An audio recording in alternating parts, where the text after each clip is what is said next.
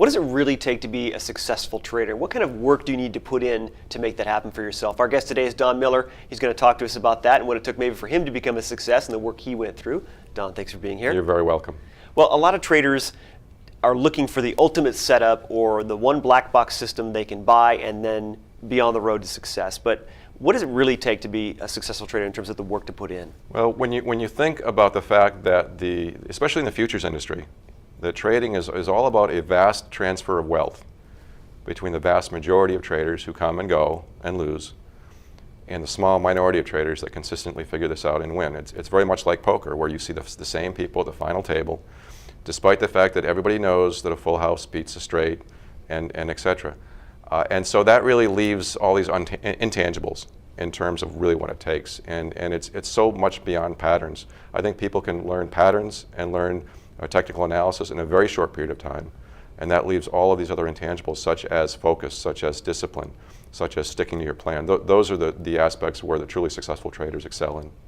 And how long did it take you to really reach that point where you felt like on a consistent basis, I can make a living in the markets? I'm still on that road, frankly, and I think the minute that any successful trader tells you that they have figured it out and they have conquered that aspect of this business is the minute that they will start to fail.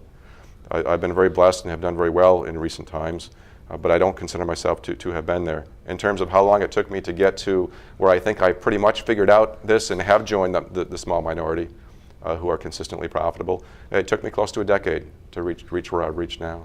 Now, in 2008, you had a tremendous year. You made $1.6 million in profits just from trading. Yes. How do you beat that? How do you duplicate that? Have you figured out if that was an aberration or if there's something you can continually do on a year-over-year basis to make that happen? Well, I think in terms of an aberration, every trader is going to experience the highs and lows, as in the course of a day, a week, a year, or a month, or a career.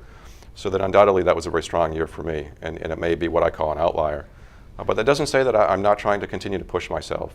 It has allowed me the freedom to do a few things. One is to work on increasing my size. It's a challenge that I haven't yet overcome in terms of becoming a true block volume trader, and that's what I'm working on now. And it's also frankly allowed me some time to go back into the educational world and spend some time trying to provide support for other traders in the process. Do you think it's duplicatable, if that's a word? Can you teach somebody to do the same thing? Can I take a guy off the street and show them to do what you do? Well, with any type of education, I believe, first of all, it's important, and you have to have that foundation. I don't think that anybody can succeed without it. So having said that, it's a necessity. At the same time, coming from a family of educators, I also realize that you can provide somebody with the best educational possible, and ultimately it's up to them to perform. And again, it gets back to the intangibles in terms of, are they willing to do things that other people won't do. An example today is today's President's Day when we're taping this. And I had a couple of choices. I could have slept in. I could have said the U.S. market, equity market's on vacation today. I could have prepared for my presentation, rehearsed it. I said, no, I'm a trader. So I get up at 5 a.m. With a flashlight so I didn't bother my wife and daughter in the hotel room, and I traded the Europe market. And it's those sorts of things. Al Pacino in Any Given Sunday said that this is a game of inches. And it's the traders that are willing to fight for those inches day by day, hour by hour. Those are the traders that are really going to make it in this business over the long run. Don, thanks for your time. You're very welcome. You're watching the MoneyShow.com video network.